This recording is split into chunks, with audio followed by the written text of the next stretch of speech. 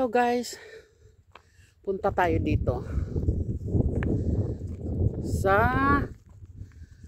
kukuha lang tayo ng views dito sa may maliit na simbahan dito.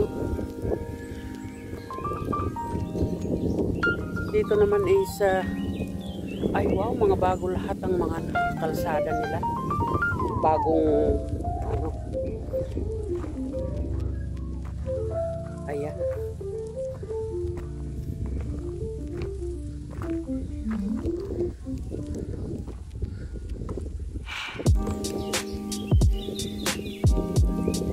Ayan guys, oh. Diba napakaganda ang view. Yan ang view ng Gricos. Doon naman sa likod yung bundok na yan, yung mga may bahay doon sa taas, yan ay Pura.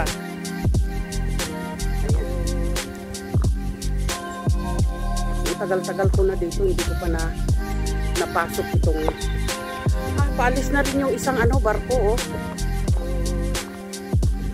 Paalis na rin yung isang barko dahil dumating rin yung isang barko. Ayan.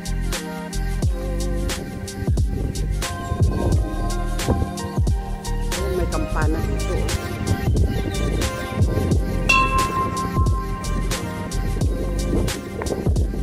Maganda dito guys, napakaganda. Dahil wala nang kaya araw-araw na, dahil lumubog na yata yung araw. Maganda ang magtambay dito.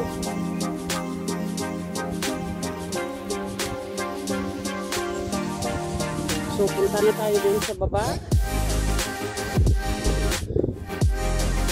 Papakita ko lang naman ang ang view ng Gricos. Ayan, ang view ng Gricos. Diba? Ganda. Dito naman banda, dito. Ayan, Sapsila. Yung baga yung, ganda yung barko, diba? Oh, ang linaw-linaw yung barko. Paalis na yung barko dahil dumating naman yung isa.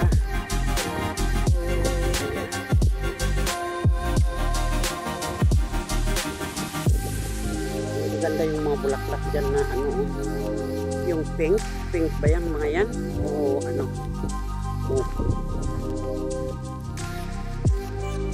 ay naku, bye summer.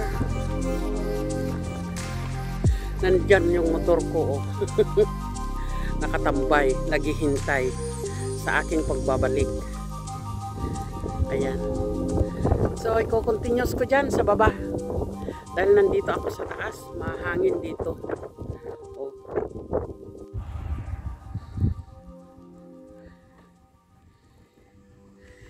Ito ang view ng Sapsila. Ayan, ay may daan din doon na manggagaling doon papunta sa dagat doon.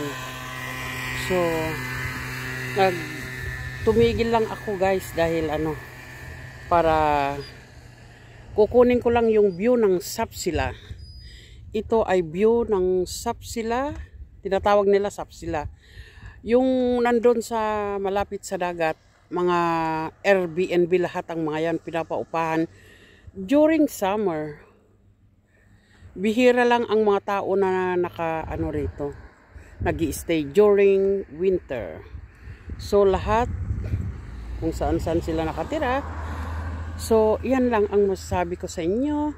Panoorin nyo, just enjoy the view of Sapsila.